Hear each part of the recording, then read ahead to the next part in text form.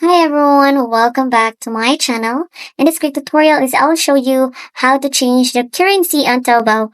For example, to US dollars, so yuan view prices in your local money. So here guys, first is you need to open your Taobao website and make sure you are logged into your account.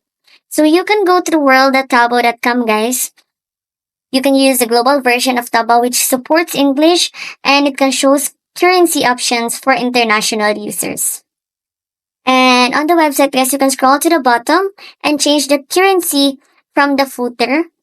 And you can also use their customer service. And on the app, guys, you can also go to settings and find a currency option if supported. Note, guys, that changing the currency is for display only. You'll still be charged in Chinese money during checkout. And that's how you can change the currency on Taobao, guys.